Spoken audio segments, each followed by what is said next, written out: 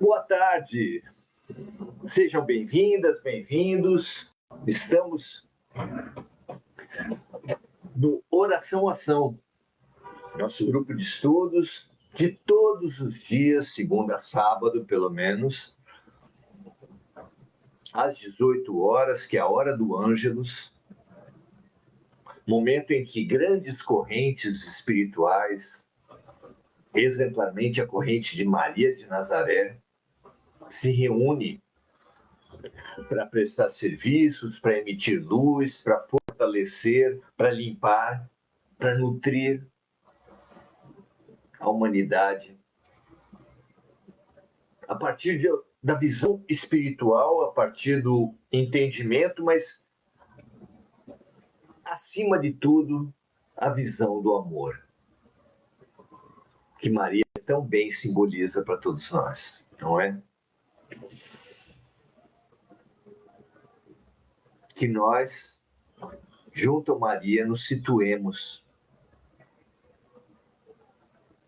Toda criança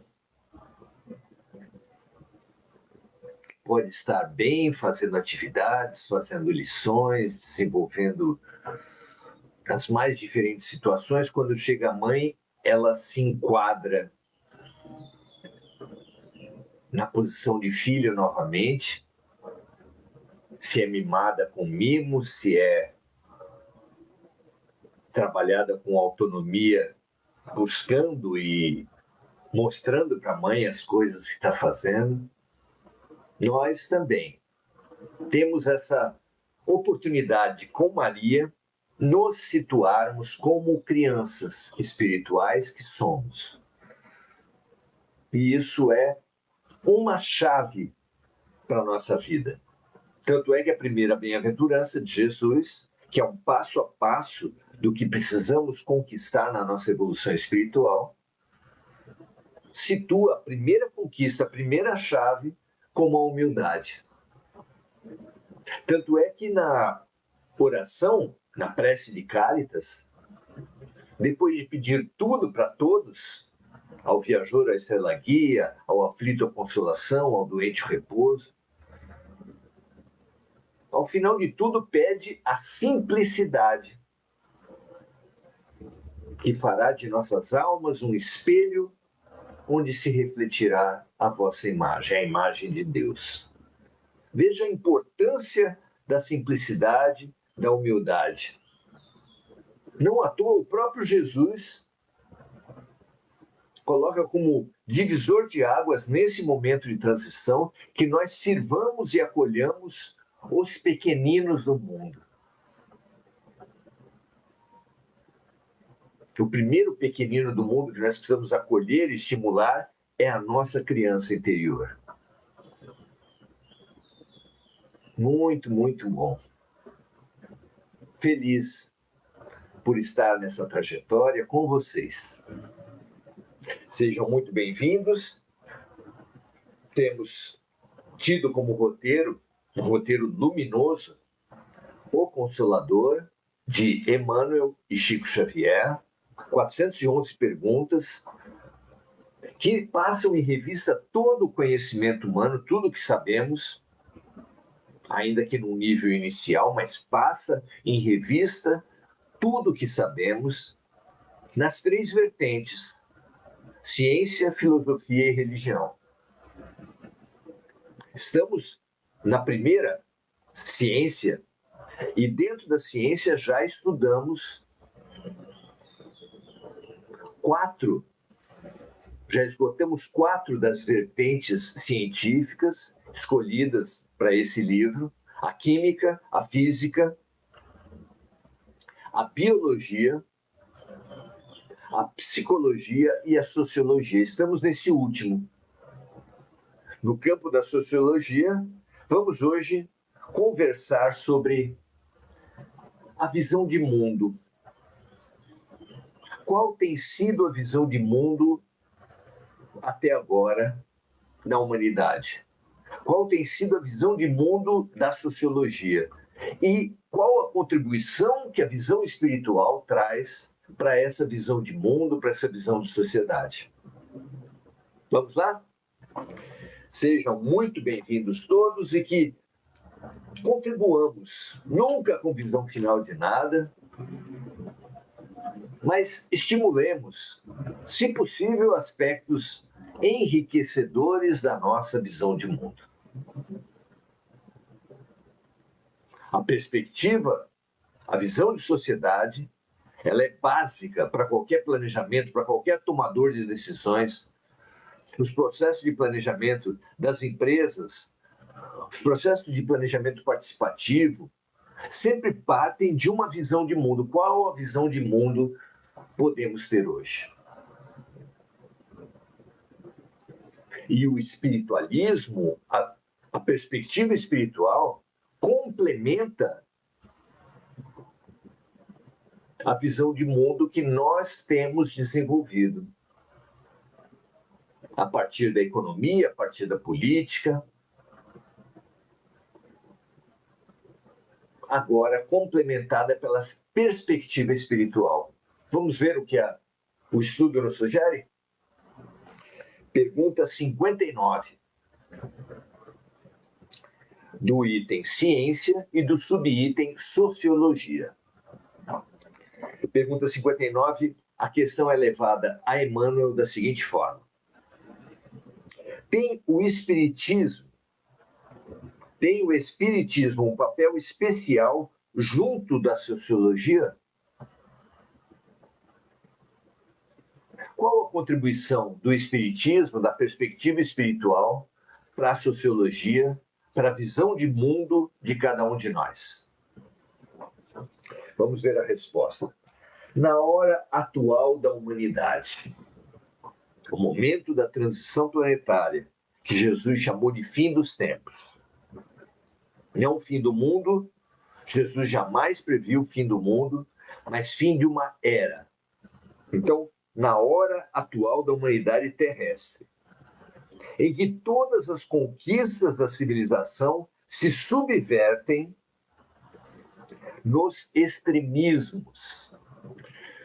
Veja, meu amigo, minha amiga, esse livro foi lançado na década de 40, 1940, e falava dos extremismos da sociedade.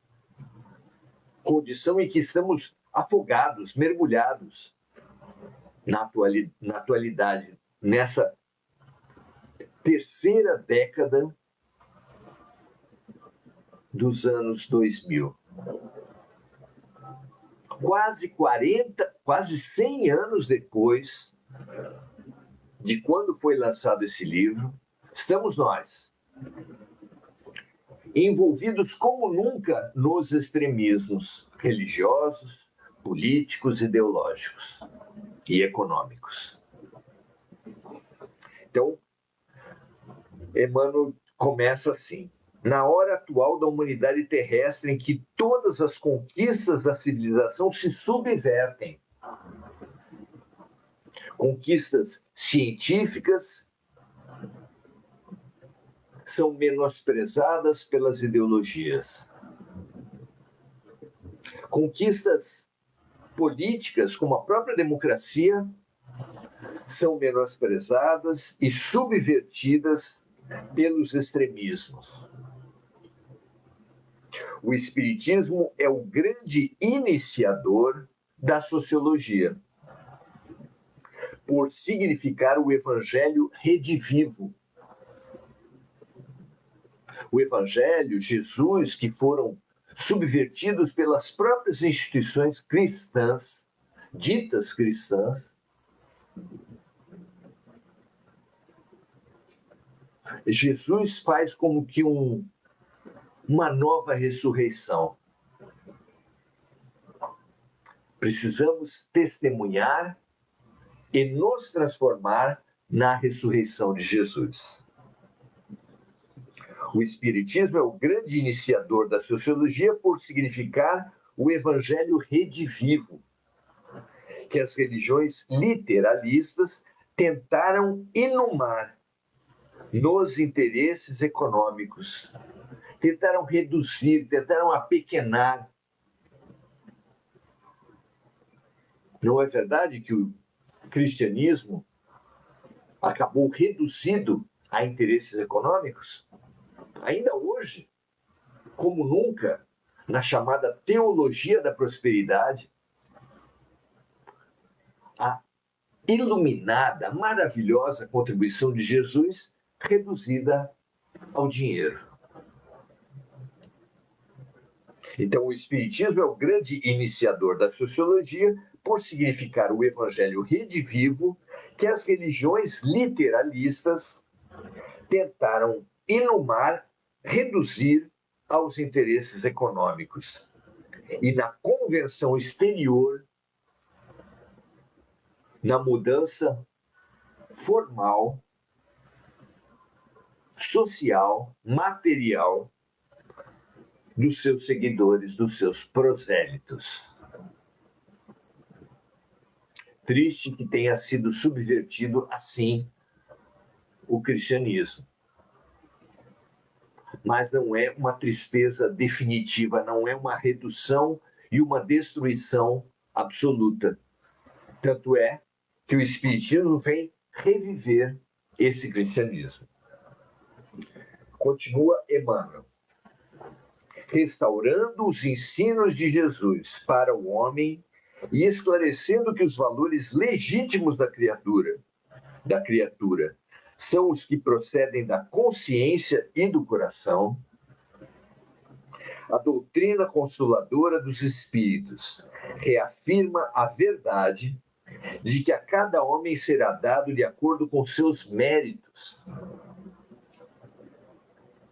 Uma meritocracia muito mais profunda do que aquela suposta pelas ideologias. A ideologia liberal se baseia numa meritocracia para propor um mundo em que as pessoas tenham remuneração de acordo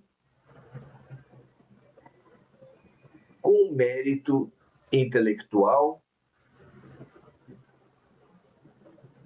e com o mérito profissional de cada um. A meritocracia espiritual é muito mais ampla.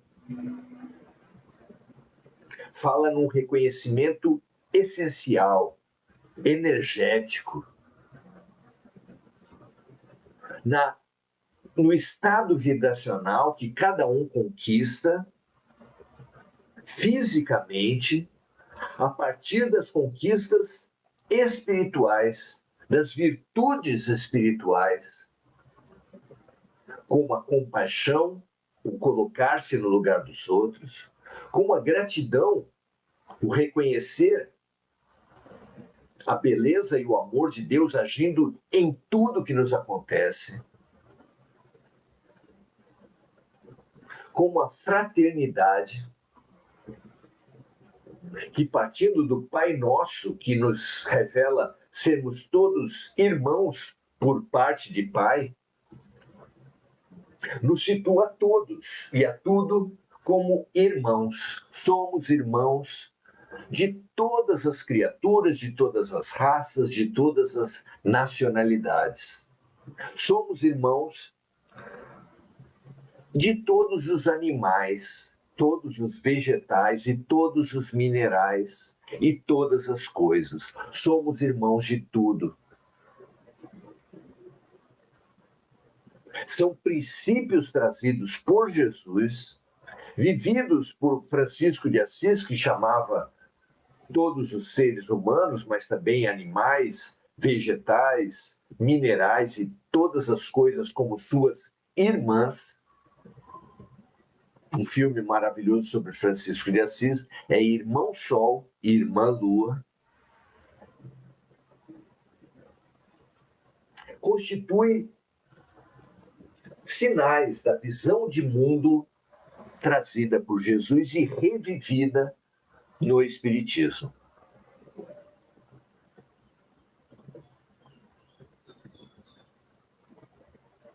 Então, a doutrina consoladora dos espíritos, o Espiritismo, reafirma a verdade de que a cada homem será dado de acordo com seus méritos. não méritos intelectuais, não méritos profissionais apenas, mas méritos profundos espirituais, aferidos a partir do amor, um mandamento maior deixado por Jesus e exemplificado. A cada homem será dado de acordo com seus méritos, no esforço individual, dentro da aplicação da lei do trabalho e do bem. Então, Jesus, em inúmeras oportunidades, reconheceu a importância do esforço individual. Lembremos algumas delas. Quando ele disse, pedi e obtereis,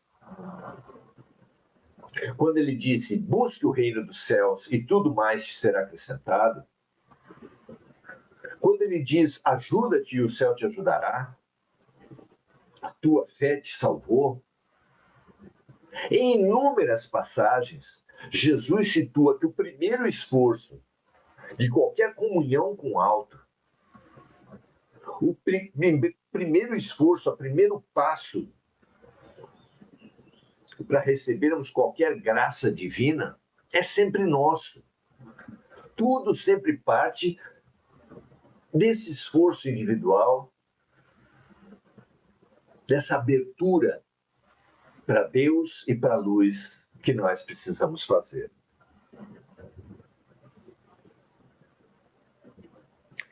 Então, é o reconhecimento do esforço individual dentro da aplicação da lei do trabalho e do bem, razão pela qual representa o Espiritismo o melhor antídoto dos venenos sociais atualmente espalhados no mundo pelas filosofias políticas, do absurdo e da ambição desmedida. Meus amigos, essa resposta de Emmanuel parece feita agora. Parece feita para esse momento que nós estamos vivendo. Vamos ler novamente. O Espiritismo representa o melhor antídoto dos venenos sociais atualmente espalhados no mundo pelas filosofias políticas do absurdo e da ambição desmedida, restabelecendo a verdade e a concórdia para os corações.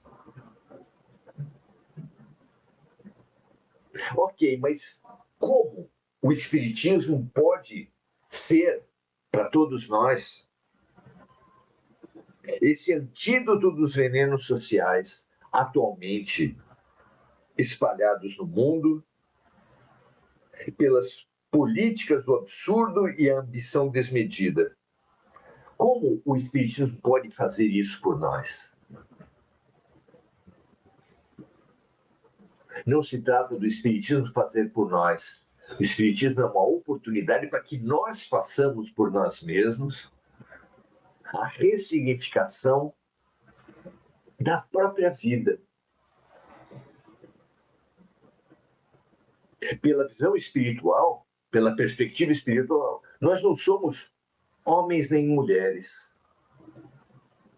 Nós não somos ricos nem pobres, nem de um país nem de outro, nem de uma religião nem de outro, nem de uma classe social nem de outra.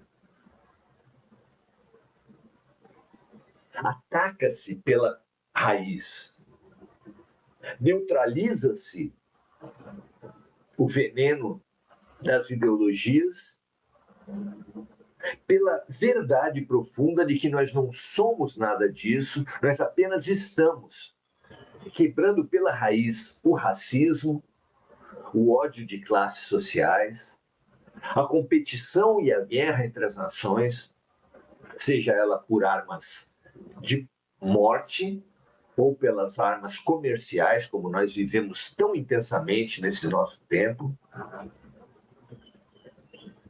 Veja como todas as violências são combatidas pela realidade espiritual que nos situa a todos como espíritos. irmãos por parte de pai, apenas momentaneamente vestidos com sexo, com uma raça, com uma religião, com uma classe social, com um país, com uma nacionalidade.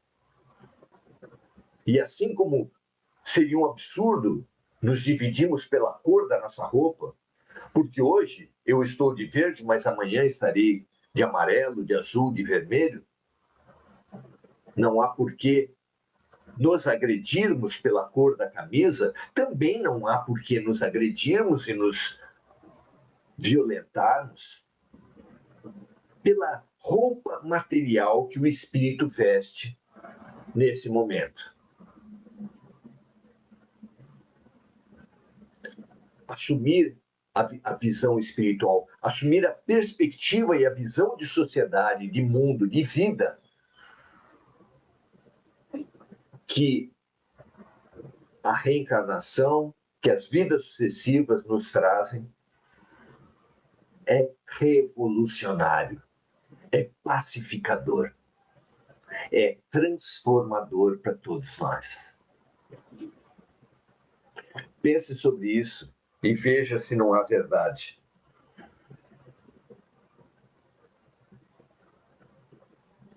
Então, o espiritismo, a visão espiritual, é o melhor antídoto dos venenos sociais atualmente espalhados no mundo, pelas filosofias políticas do absurdo, que pretendem impor arrogantemente o poder monetário como único valor.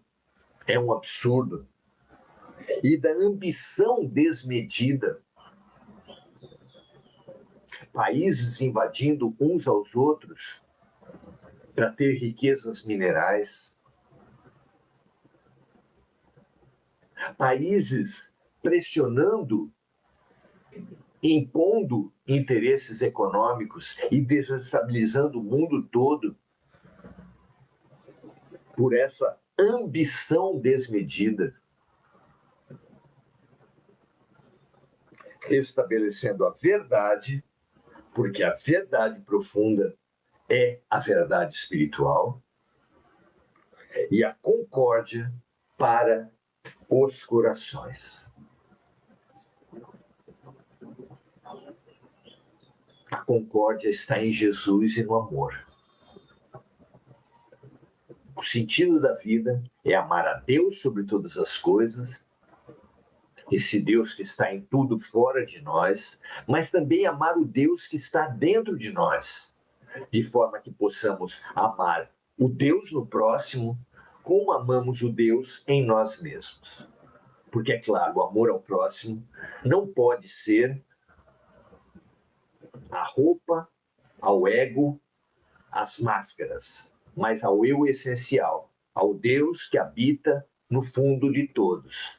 Lembrando muito o Namastê, o Deus em mim, respeitando, encontrando e amando o Deus que está em você.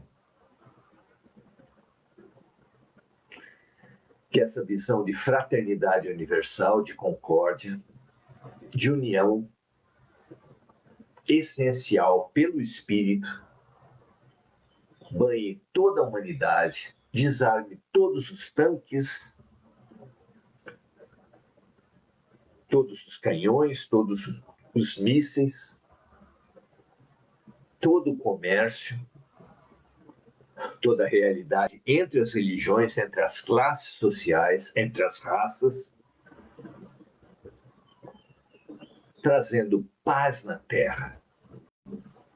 Porque a terra que se instala agora, a nova terra, uma terra de paz, na qual, porém, ficarão apenas os seres de boa vontade.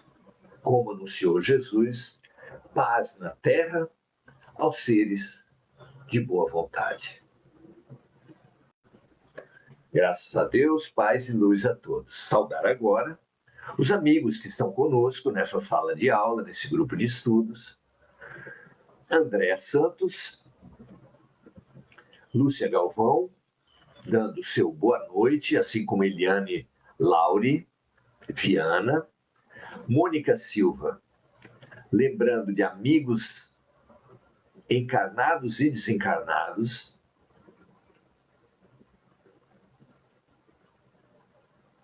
assim como lembrando das vítimas das guerras, dos desastres climáticos, agora